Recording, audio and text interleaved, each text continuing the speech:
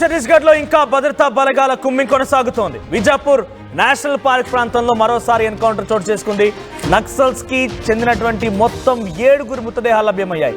అయితే మృతుల్లో కేంద్ర కమిటీ సభ్యుడు గౌతమ్ అలియాస్ సుధాకర్ ఉన్నట్టుగా తెలుస్తోంది. తెలంగాణ రాష్ట్ర కమిటీ సభ్యుడు భాస్కర్ మృతదేహం కూడా లభించింది. సో మొన్న అటు గౌతమ్ మరణిస్తే నిన్న భాస్కర్ మరణించారు. అయితే జూన్ 5 నుంచి 7వ తేదీ వరకు సుమారుగా 3 రోజుల్లో 7 హతమయ్యారు. మృతుల్లో 2 మహిళా మావోయిస్టులు కూడా ఉన్నారు. ఘటనా స్థలంలో పెద్ద ఎత్తున AK-47 రైఫల్స్తో పాటుగా పేలుడు పదార్థాలను కూడా స్వాధీనం చేసుకున్నారు. ఇటు నేషనల్ పార్క్లోనే మరికొంతమంది కూడా తలదాచుకున్నారు అని చెప్పి తెలుస్తోంది. కీలకమైనటువంటి నేత హిడ్మా కూడా ఈ నేషనల్ పార్క్లోనే ఉన్నారట. హిడ్మాతో పాటు పలువురు కీలక మావోయిస్టులు కూడా ఉన్నట్టుగా అనుమానం వ్యక్తమవుతోంది. మావోయిస్టులని ముందే పట్టుకొని చంపుతున్నారని ప్రజా సంఘాలు ఆందోళన వ్యక్తం చేస్తున్నాయి. పోలీసు అదుపులో 11 మంది మావోయిస్టులు ఇంకా ఉన్నట్టు తెలుస్తోంది. రోజుకో మావోయిస్టుని కాల్చి చంపుతున్నారని మండిపడుతున్నారు. సో పోలీసుల అదుపులోనే ఇటు మావోయిస్టు నేత బండి ప్రకాష్ ఉన్నట్టు తెలుస్తోంది. నేషనల్ పార్క్ కార్యదర్శి దిలీప్, మున్నా, సునీత, మహేష్, ఇతర సంబంధించిన నేతలందరూ కూడా ఇతర మావోయిస్టు కొంతమంది కీలక నేతలు కూడా వారు అదుపులో ఉన్నారట. సో ఆల్రెడీ కర్రెగుట్టల్లో కుమ్మింగ్ జరిగినప్పుడే వీరందరినీ బహుశా అదుపులోకి తీసుకొని ఉంటారు. వారందరినీ అటువైపుగా నేషనల్ పార్క్ వరకు తరలించి అక్కడ ఒక్కొక్కరిని కూడా రోజుకొకరి చొప్పున హతమారుస్తున్నట్టు తెలుస్తోంది. వారిని ఇన్ఫర్మేషన్ తీసుకున్న తర్వాత వారిని చంపేసే కుట్ర జరుగుతుందనేది ప్రజా సంఘాల అభిప్రాయంగా ఉంది. సో ప్రజెంట్ ఇక్కడ చూడండి, చాలామంది హిడ్మా అంటూ ఉంటాం, కానీ హిడ్మాకు సంబంధించినటువంటి ఆ ఫోటో ఇంతవరకు ఎవరు చూడలేరు, ఎవరు గమనించలేరు కూడా.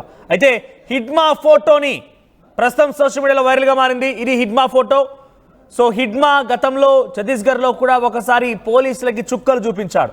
చదువు తక్కువే, కానీ మావోయిస్ట్ బాంబులు చుట్టడంలో బాంబు ఎక్స్పర్ట్గా హిడ్మాకైతే పేరైతే ఉంది. వ్యూహరచనలో కూడా హిడ్మా చాలా కీలక పాత్ర పోషిస్తూ ఉంటారు. అయితే ప్రస్తుతం హిడ్మా కూడా పోలీసుల అదుపులోనే ఉన్నాడా, పోలీసులే ఈ ఫోటోను విడుదల చేశారనేటువంటి ఒక అనుమానం కూడా వ్యక్తమవుతోంది.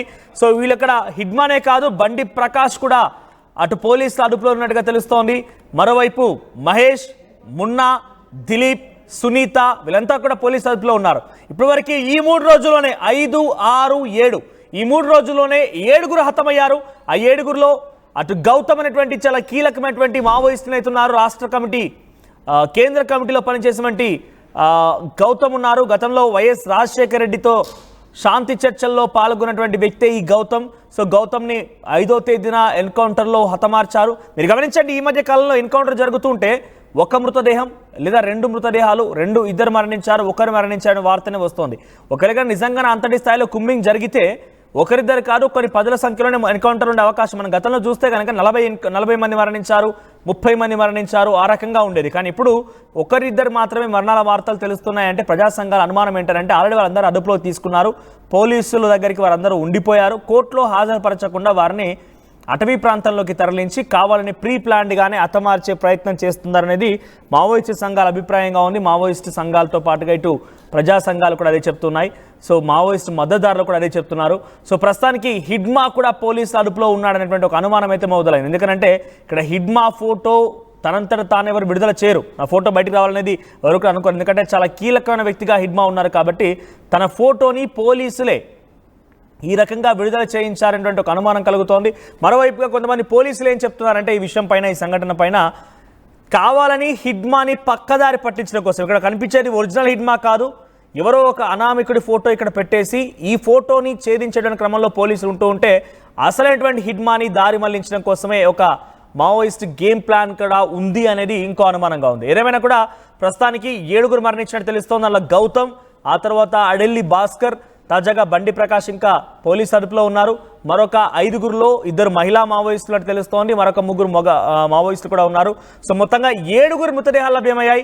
ఈ మృతదేహాలను గతంలో మాదిరిగా నంబాల కేశవరావును చంపేసిన తర్వాత, ఎన్కౌంటర్ చేసిన తర్వాత ఆ కుటుంబానికి ఇవ్వకుండా ఛత్తీస్గఢ్ పోలీసులే సామూహిక ఖననం చేశారు. సామూహికంగా వాళ్ళందరి అంత్యక్రియలు చేపట్టారు. కాబట్టి ఇప్పుడు ఆ రకంగానే జరుగుతుందా? మరి ఈసారైనా అడెల్లి భాస్కర్ అలియాస్ అడెల్లును ఆదిలాబాద్ జిల్లా తన నివాసానికి పంపిస్తారా? అదేవిధంగా అటు సుధాకర్ అలియాస్ గౌతమ్ మృతదేహాన్ని కూడా ఆంధ్రప్రదేశ్ రాష్ట్రానికి పంపిస్తారని మాత్రం చూడాల్సిన అవసరం అయితే ఉంది. సో ప్రస్తుతానికైతే ఇంకా వాళ్ళ అదుపులో సుమారుగా 10 నుంచి 11 మంది ఉన్నారు. వారందరినీ డైరెక్ట్గా కోర్టు దగ్గర హాజరుపరిచి శిక్షించాల్సింది పోగా వారందరినీ డైరెక్ట్గా ఎన్కౌంటర్ చేసేటువంటి ఒక ప్లాన్లో భాగంగానే ఇటువంటి దుర్మార్గాలకు పాల్పడుతున్నారనేది అటు ప్రజా సంఘాలు పెద్ద ఎత్తున ఆవేదన వ్యక్తం చేస్తున్నాయి. సో ప్రస్తుతానికి ఇంకా 11 మంది పోలీసులు అదుపులో ఉన్నారంటే ఏ క్షణమైనా ఎటువంటి ఒక కీలకమైనటువంటి నేత ఎన్కౌంటర్లో దారుణాతి దారుణంగా హతమయ్యాడనే, లేదంటే మరొక కీలకమైన నేత పోలీసుల కుమ్మింగ్లో మరణించడనేటువంటి వార్త త్వరలోనే రాబోతోంది. సో అటువంటి ఒక పక్కా ప్రణాళికతోనే కుమ్మింగ్ జరుపుతోంది. ఛత్తీస్గఢ్ ఫోర్సెస్ అంటేనే కొంత చాలా రూడ్గా ఏమాత్రం వాళ్ళలో ఒక మానవత్వం లేకపోతే ఒక మనిషి చంపేస్తున్నాం అనేది ఏమాత్రం కనిపించదు. సో అటువంటి విధంగా ముందుకు వెళ్తూ ఉంటారు. మరి మరొక 11 మంది వాళ్ళు అదుపులో ఉన్నారంటే వారికి మాత్రం డెఫినెట్గానే కొంత ఇబ్బందులకు గురి చేసి హతమార్చే అవకాశం ఉందనేది ప్రజా సంఘాల అభిప్రాయం కూడా ఉంది. ఎస్ ఉదయ్ అందుబాటులో ఉన్నారు. ఎస్ ఉదయ్, సో పెద్ద ఎత్తున తెలంగాణ రాష్ట్రానికి ముఖ్యంగా తెలుగు రాష్ట్రాలకు సంబంధించిన వారంతా కూడా ఛత్తీస్గఢ్లో ఎన్కౌంటర్లో మరణిస్తూ ఉన్నారు. కర్రగుట్టల ఆపరేషన్లో చాలా 1, 2 సుమారుగా 5, 6 వరకు మాత్రమే ఎన్కౌంటర్లో మరణించినటువంటి ఆ సంఖ్య కనిపించింది. కానీ ఆ తర్వాత ఎటువంటి సంఖ్య లేదు. ఆపరేషన్ కగార్ ఇంకా ఛత్తీస్గఢ్ అడవుల్లో కొనసాగుతున్న నేపథ్యంలో అక్కడ తెలంగాణ రాష్ట్రం, ఆంధ్రప్రదేశ్ రాష్ట్రానికి సంబంధించిన కీలకమైన వ్యక్తులు అక్కడ పట్టుబడుతున్నారు, అక్కడ ఎన్కౌంటర్లో మరణిస్తున్నారు. దీని వెనుక ఏదైనా మతలబు ఉండే అవకాశం ఉందా? ప్రజా సంఘాల యొక్క అనుమానం ఎంతమేర నిజం కావచ్చు అంటారు? మనోజ్, 2026 మార్చి 31 కల్లా దేశంలో మావోయిస్ట్ పాలన లేకుండా చేస్తుంటే ప్రధానంగా మావోయిస్ట్ కార్యకలాపాలను పూర్తి స్థాయిలో అణచివేస్తామని చెప్పి కేంద్రం స్పష్టంగా ఒక ప్రకటన కూడా విడుదల చేసింది. దాని పేరు మీదనే ఆపరేషన్ కగార్ ను తారాస్థాయికి తీసుకెళ్తుంది కేంద్ర హోంశాఖ. ఇప్పటికే కేంద్ర పారామిలిటరీ బలగాలన్నీ కూడా దండకారణ్యం వ్యాప్తంగా విస్తృతంగా కూంబింగ్ సర్చింగ్ ఆపరేషన్ నిర్వహిస్తున్నాయి. ప్రతి చోట ఏదో ఒక చోట ఖచ్చితంగా ఎన్కౌంటర్ నమోదు కావడం మనం ఇటీవల కాలంలో స్పష్టంగా చూస్తున్నాం. ఇటీవల కాలంలో ఆపరేషన్ అమృత్సర్ కావచ్చు, ఆపరేషన్ కరగుట కావచ్చు, ప్రస్తుతం జరుగుతున్నటువంటి గత 3 రోజులుగా 72 గంటలుగా జరుగుతున్నటువంటి national area park encounter operations కూడా మనం ఒకసారి పరిశీలిస్తే అటు మృతుల సంఖ్యలు విడతల వారిగా క్రమక్రమంగా పెరుగుతుందని మనం అబ్జర్వ్ చేయొచ్చు. ఎక్కడ కూడా మొదట జరిగినటువంటి ఎన్కౌంటర్ ఆపరేషన్ లో ఎక్కడ ఆటోమేటిక్ ఆయుధాలు లభించట్లేదు, కానీ ఆ తర్వాత మాత్రం మళ్ళీ పెద్ద మొత్తంలో మందుగుండి సామాగ్రి లభ్యం కావడం, ఆ తర్వాత ఆయుధాలు లభ్యం కావడం, విడతల వారీగా మృతుల సంఖ్య, మావోయిస్టు మృతుల సంఖ్య క్రమక్రమంగా పెరగడం, అది కూడా కాలయాపన జరగడం, ఇవన్నీ అనేక అనుమానాలకు